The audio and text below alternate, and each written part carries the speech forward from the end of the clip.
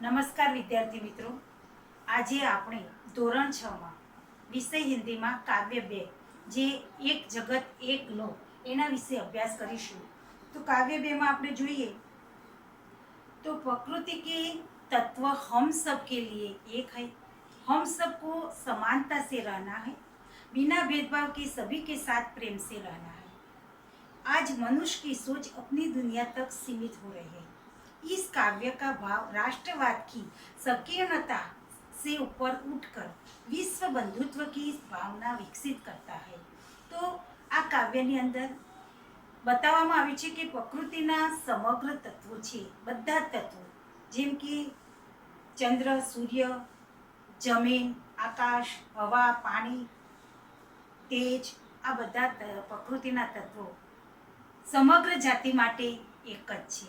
સમગ્ર જાતિના લોકો માટે સમાન જ છે। એમ કહો દરેક જાતિ માટે સમાનતાનો અહીંયા હક હોય છે। એટલે આ કાવ્યની અંદર કોઈ પણ જ્ઞાતિનો ભેદભાવ વિના સભીને બધાને એમ સાથે પ્રેમથી રહેવાનો એક ભાવ વ્યક્ત કરેલો છે। આજે મનુષ્યની સોચ એટલે કે વિચાર ખૂબ આગળ પહોંચી છે। એટલે કે ઈસ કાવ્યમાં એટલે કે આ કાવ્યમાં જે ભાવ બતાવે છે રાષ્ટ્રવાદ અને વિશ્વ બંધુત્વની જે ભાવના છે એને વિકસિત કરતો અહીંયા એક કાવ્ય બતાવવામાં આવ્યું છે। તો દરેક વ્યક્તિ આપણે એમ કે સમાનતાના હકથી અને હળીમળીને એક સાથે પ્રેમથી રહેવાનો આ કાવ્યની અંદર ભાવ બતાવેલો છે। તો આપણે કાવ્યનું ગાન કરીશું। દરેક વિદ્યાર્થી પોતાની પુસ્તકમાં જોઈ શકે છે।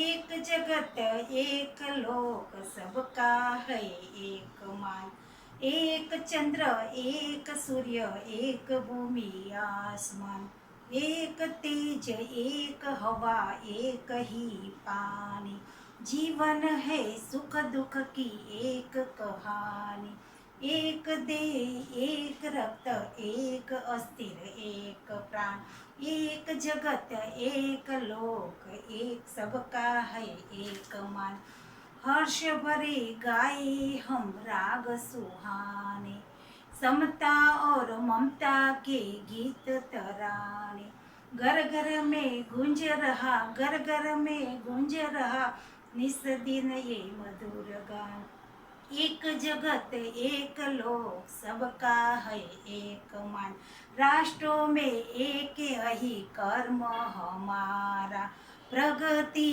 न्याय मानवता धर्म हमारा, हिल मिल के लहराए हिल मिल के लहराए विश्व शांति का निशान, एक जगत एक लोक सबका है एक मान।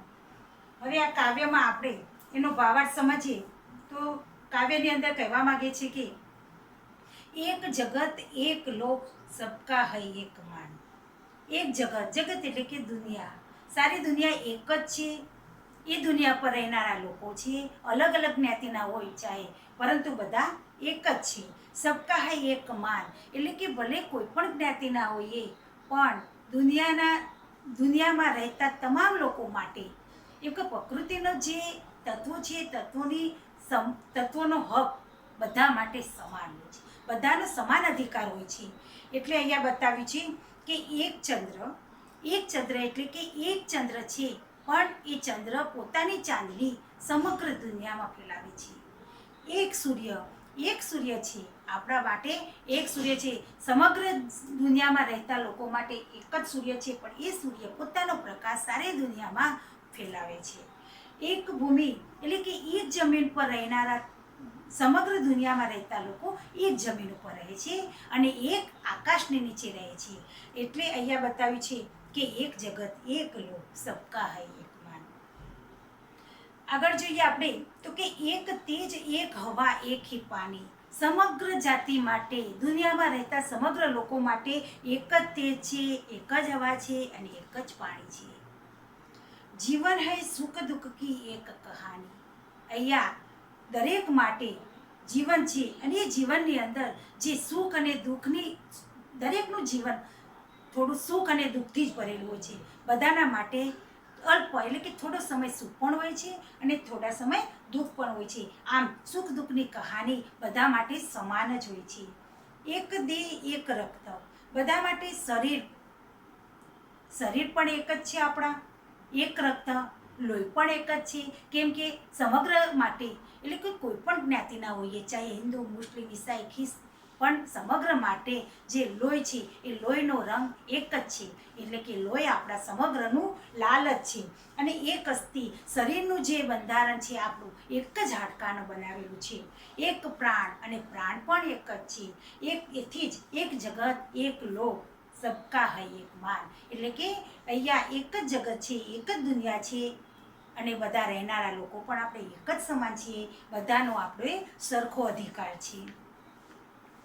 આગળ જોઈએ આપણે તો કે હર્ષ ભરે ગાયે હમ રાગ સુહાને, સમતા और મમતા કે ગીત તરાણે. અહીંયા જોઈએ છે આપણે સમતા એટલે કે સમાનતા, મમતા એટલે કે પ્રેમ. આપણે બધા તરાણે એટલે કે એક સાથે, સમતા એટલે સમાનતા અને પ્રેમથી, આનંદથી એક જ રાગમાં, સુંદર રાગમાં આપણે ગીત ગાવાના છીએ. ઘર ઘર મેં ગુંજ રહા હૈ નિસ્દિન એ મધુર ગાન. તો નિસ્દિન એટલે કે રાત દિવસ, નિસ્દિન એટલે રાત દિવસ, રાત દિવસ આપણે જે ગીત ગાઈએ છીએ, જે મધુર ગાન ગાઈએ છીએ, દરેક ઘરે ઘરે એનો અવાજ આપણો ગુંજી રહ્યો છે. આગળ જોઈએ આપણે તો કે રાષ્ટ્ર મેં એક યહી કર્મ હમારા, પ્રગતિ ન્યાય માનવતા ધર્મ હમારા. તો રાષ્ટ્રને, દેશની ભાવના બતાવી છે કે દેશમાં પ્રગતિ, દરેક માટે પ્રગતિ પણ, ન્યાયનો હક છે, અને માનવતા આપણા દરેકની રાષ્ટ્રની સેવા કરવી એ જ આપણું કર્તવ્ય બતાવેલું છે. એ જ આપણો ધર્મ છે. એ ધર્મ બતાવવામાં આવ્યો છે. હિલ મિલ કે લહરાઈએ વિશ્વ શાંતિ કા નિશાન. અહીંયા હિલ મિલ એટલે કે હળી મળીને બધાને એક સાથે વિશ્વ શાંતિના નિશાન એટલે કે વિશ્વ શાંતિના નિશાન રૂપે આપણે ધ્વજ ફરકાવવાનો છે. બધાને સમગ્ર હળી મળીને વિશ્વ શાંતિનો ધ્વજ ફરકાવવાનો છે.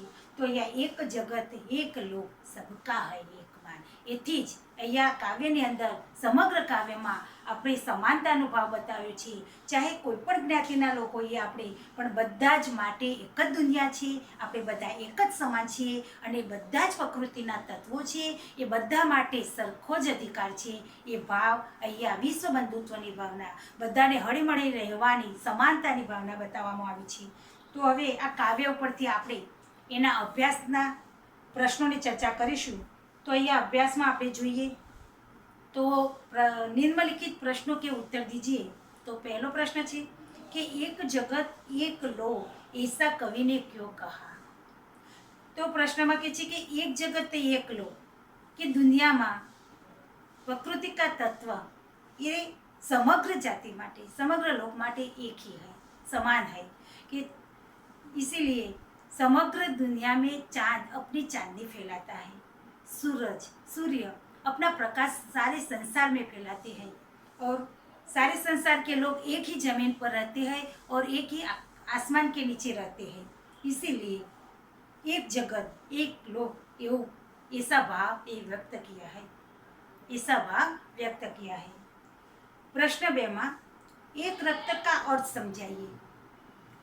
तो एक रक्त का अर्थ कि सारे दुनिया में रहने वाले लोग, चाहे कई अलग अलग ज्ञाति के हैं, चाहे अलग अलग ज्ञाति के हैं, और उसी रक्त का रंग लाल ही है.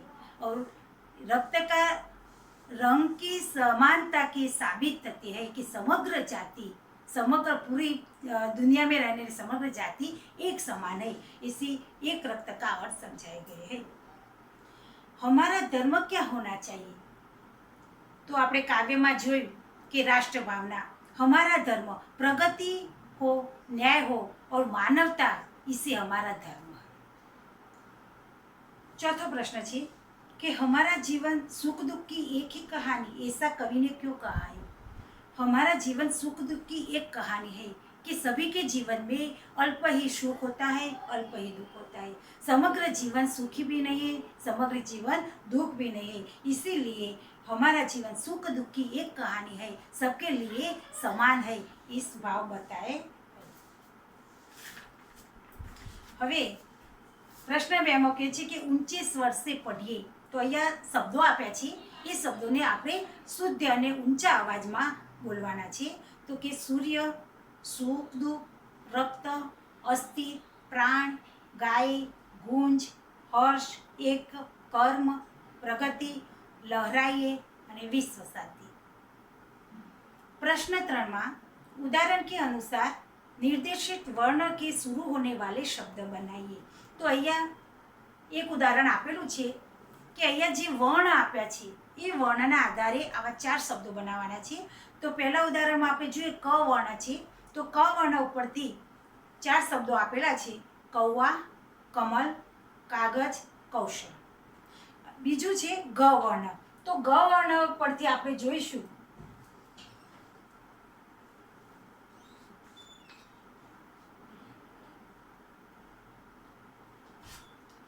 गणेश,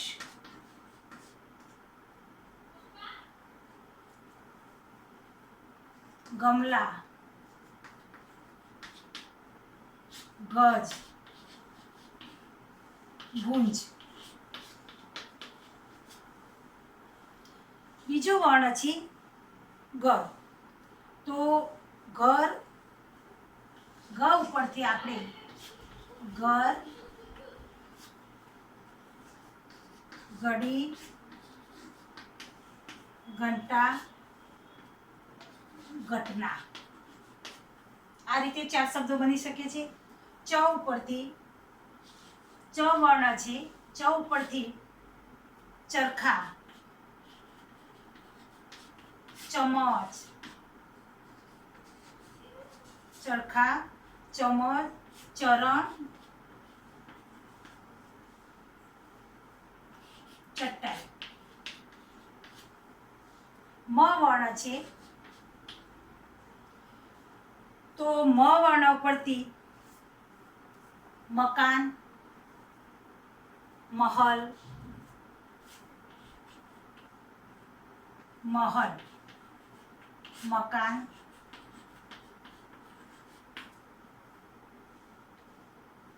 मक्खण,